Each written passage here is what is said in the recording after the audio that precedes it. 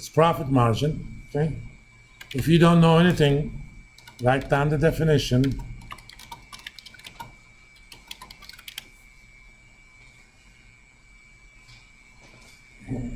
If you make sales $1, profit margin is equal to net income, right? So profit margin is how much money you make for $1 sales. Again, this may be one of the questions. I mean, there's going to be a distribution about degree of difficulty. And by the way, I also have a coding system for these exams.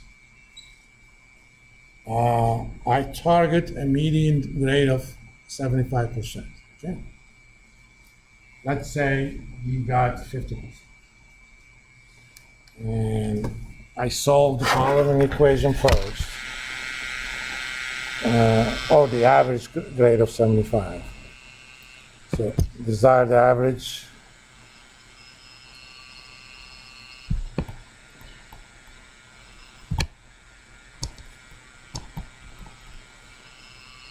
And actual average.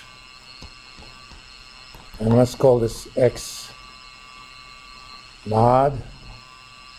Actual average is 60%. Or 0.60.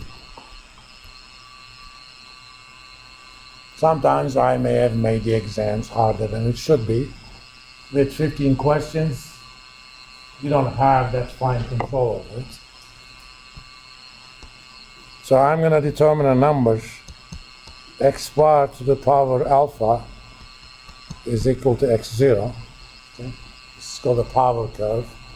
And solution of alpha is simple, using the laws of logarithm.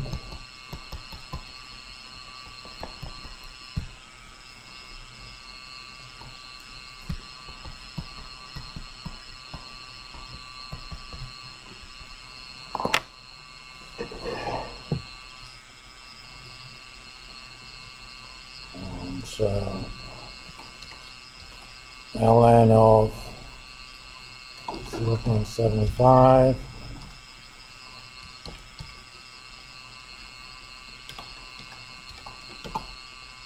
that's 0.66, okay? So that means if you got the actual average grade, your grade is going to bump to 75, right? But what if you got, so let's assume an alpha of 0.667. Suppose you get 45%. What's going to happen? I'm going to raise that 0.45, raised to the power. Your grade is going to go up to 59. I typically round those up to the next one. On the other hand, if you get an 85,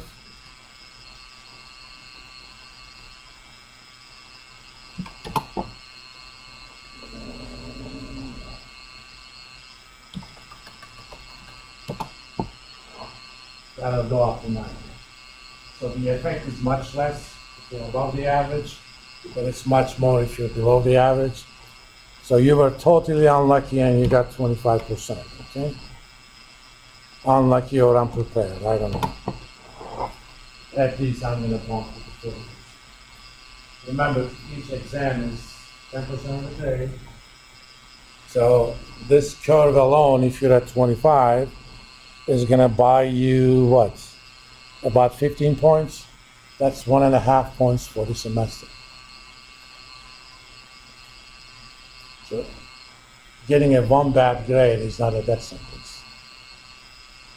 I never had anybody get a 25, don't get me wrong, but you know, if you simply get a 55, at least you're gonna basically get a B plus. We don't have it plus minus system. I wish we had, because at the end of the semester I look at it, I have a student who got 80.01 that gets a B, and I have a student who has an 89 that gets a B. I kind of do a favor. I kind of look at the gaps, and typically give an A to an 89, but if you're at 88.5, that's not fair to you either. So I look at the gaps. After 88, the next person is 85. Even though I'm not too happy about it, I give the 85 a B. But if we had the plus minus systems, the difference between A and B is 4 versus 3. Between A and A minus is 4 versus 3.67. So if you're not 90.0, I have no problem giving you an A minus. But I don't want to give you a B and get you a 3.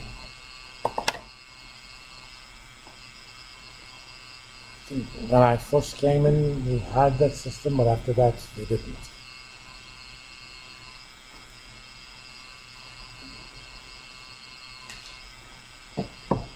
My son called me twice.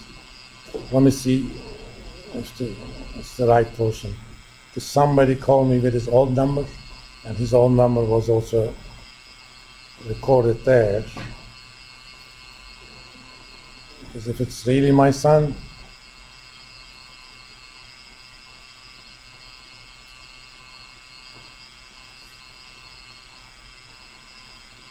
let me at least ask him what's going on. He's in Boston.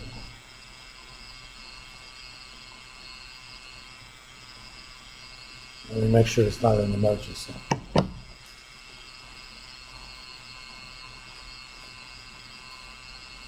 Okay, let's think about this too. We didn't directly cover this in class, but we kind of introduced it.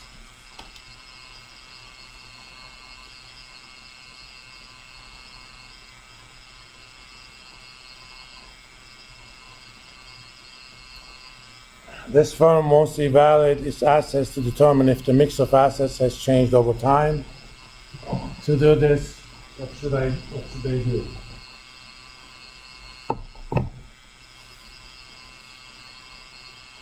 Remember, the size and nature of firms change over time, so you can't simply compare. Assets are on the balance sheet. You can't simply compare balance sheets, because the firm 5 years ago is a lot smaller than firm now.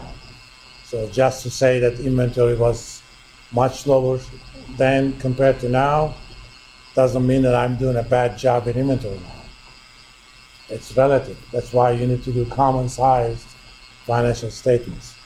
In this case, you would have said common sized balance sheet, because that's where the assets are, where items on the balance sheet are represented as percentage of total assets. That's what a common size balance sheet is. Then I can make an apples to apples comparison. If an inventory item on the common size is much bigger now, I'm going to say, my inventory management somehow got worse. Because remember, inventory costs money. So I don't want to have it around unless I have to. But maybe because of my size, I would have had to, or I had a bad manager. But before I could even look for a solution, I need to be able to identify the problem. That's what common size stuff does that.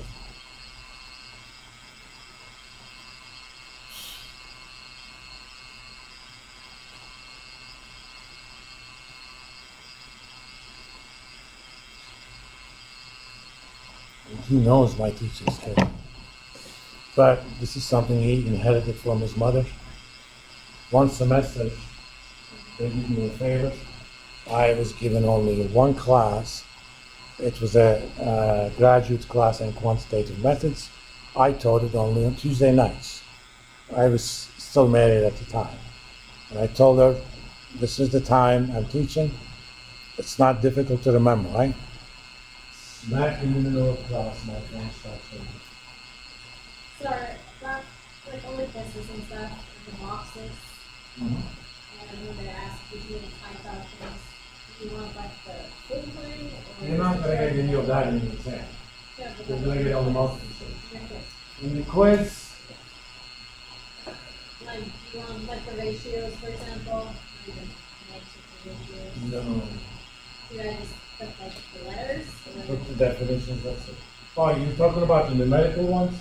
You just put the number.